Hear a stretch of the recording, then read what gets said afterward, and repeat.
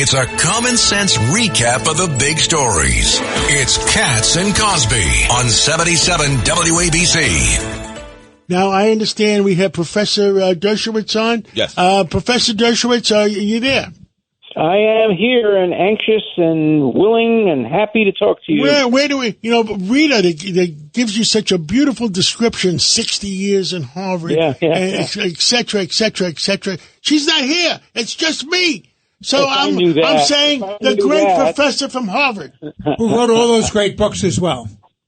Thank you so much. What's on your mind, Professor? Where do we start? There's so many things happening. Well, we start with the simple question. Was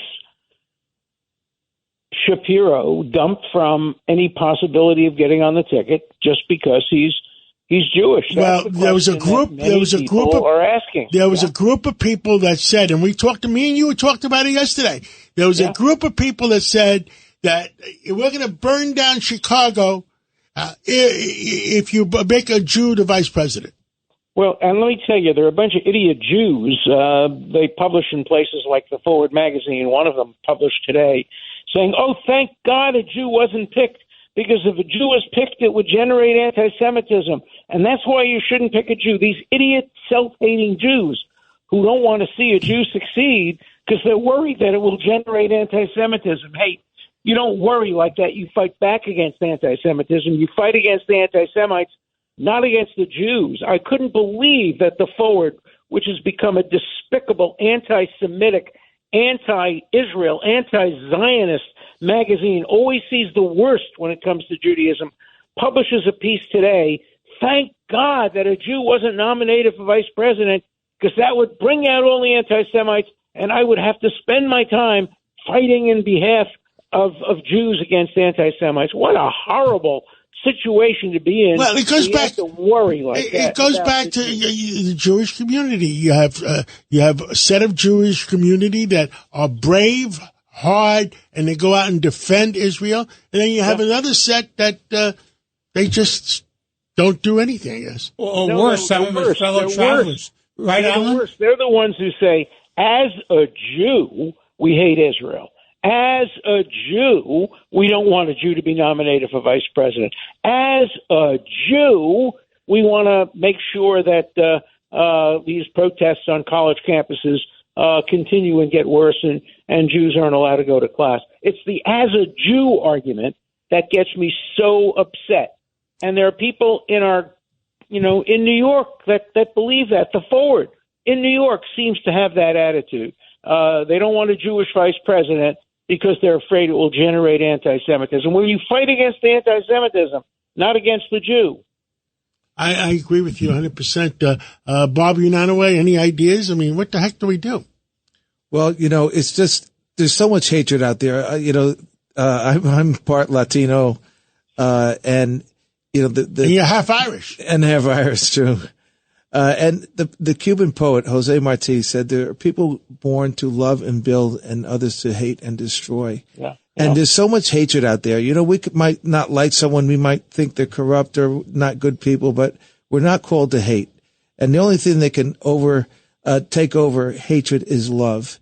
We got to, and we're a society that's focused on ourselves. We got to look beyond our selfies, beyond ourselves, and care for other people. But what's happening, whether it's Jew, Latino, black, white, or Asian, or whatever, there's too much hatred, and we got to put the hatred away. We got to love each other and bring this country together under God. That's our mission.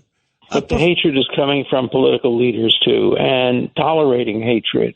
And if in fact Harris refused to consider Shapiro because she was afraid that the radicals in Chicago would create demonstrations, it's as bad as the Jew who says, I don't want a Jew as vice president. You cannot be cowed by these bigots and these anti-Semites. You have to fight back. And that's the lesson you would have thought we had learned from the Holocaust. But too many people have either failed to learn that lesson or have forgotten about it. There was a time where Bob Menendez was embarrassed to be a Latino. And then he used it in his defense, and he's finally looked like he's out of there. But Waltz was not brave enough to embrace his Jewish heritage, and it led to him getting out of there. And so we should celebrate our heritage, and again, we need to love and care for each other. Judge Weinberg? Alan, I want to switch gears for a minute. The sentencing for President Trump before Judge Merchan is due in mid-September. What are your thoughts about that? Should that sentencing go on? Should he be smart enough to stay it? Or should he just dismiss the case entirely, given the Supreme Court decisions showing that Bragg overreached and overcharged? No, he's not going to dismiss it. He's going to write some kind of a hokey decision in which he's going to try to distinguish the Supreme Court case and try to sentence him, even though it would be reversed on appeal, because he wants it to be influential in the election. He wants people to say, oh, my God, not only has Trump been convicted, but now he's been sentenced. He's a sentenced criminal. So he's going to go ahead and do anything he can to sentence Trump, even though there's no basis for it. When you look at the Supreme Court decision and you look at what happened in New York, you don't even need the Supreme Court decision to look what happened in New York and see how terrible it was. But when you look at the Supreme Court decision, he obviously has to analyze that. Now, of course, he's made up his mind already, and all he's doing is trying to write an opinion that justifies his going forward with the sentence.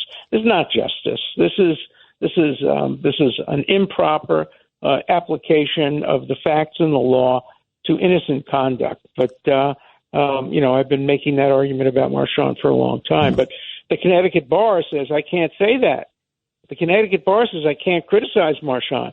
I can't say things like that.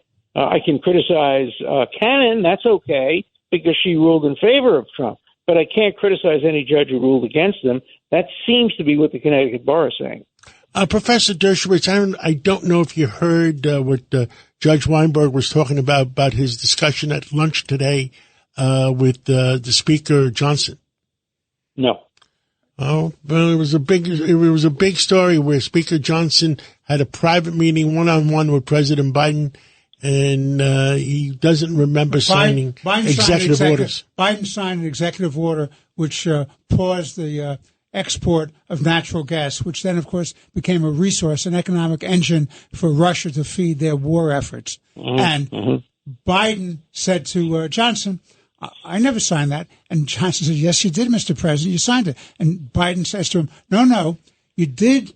You don't understand. It was just a study thing. He says, no, you stopped it from going out there. Biden had no understanding of what he had signed. Wow, that's really so serious. What that means is what we always suspected, that they're putting things in front of him, he's signing.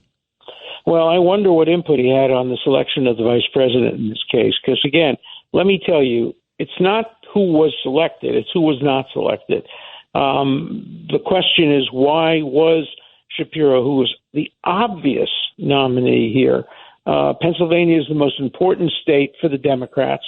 He is the most important person in Pennsylvania, and they pass over him because they're worried about what will happen at the convention. They're worried about the progressives. They're worried about the anti-Semites, and they're pandering to the bad guys. And it's part and parcel of what we see going on generally today in our society, and that is the radicals are prevailing, and the middle Americans, who are a vast majority of all Americans, are not being listened to. Our country is moving toward extremes on both sides, and everybody on this show, we are moderates. We are centrists. We want to deal with common sense, as you say, and we're not being listened to. Thank God for you and this show that we at least have an opportunity to express a centrist point of view. You can be a centrist liberal, a centrist conservative, a centrist Democrat, a centrist Republican. I am the guy in the middle. Like me and you said, it's not about being a Democrat, not about being a Republican. It's about being an American and wanting the best for America. I agree. Thank you, Professor Dershowitz, and Always we'll catch pleasure. up. Thank you. Take care. Thank you.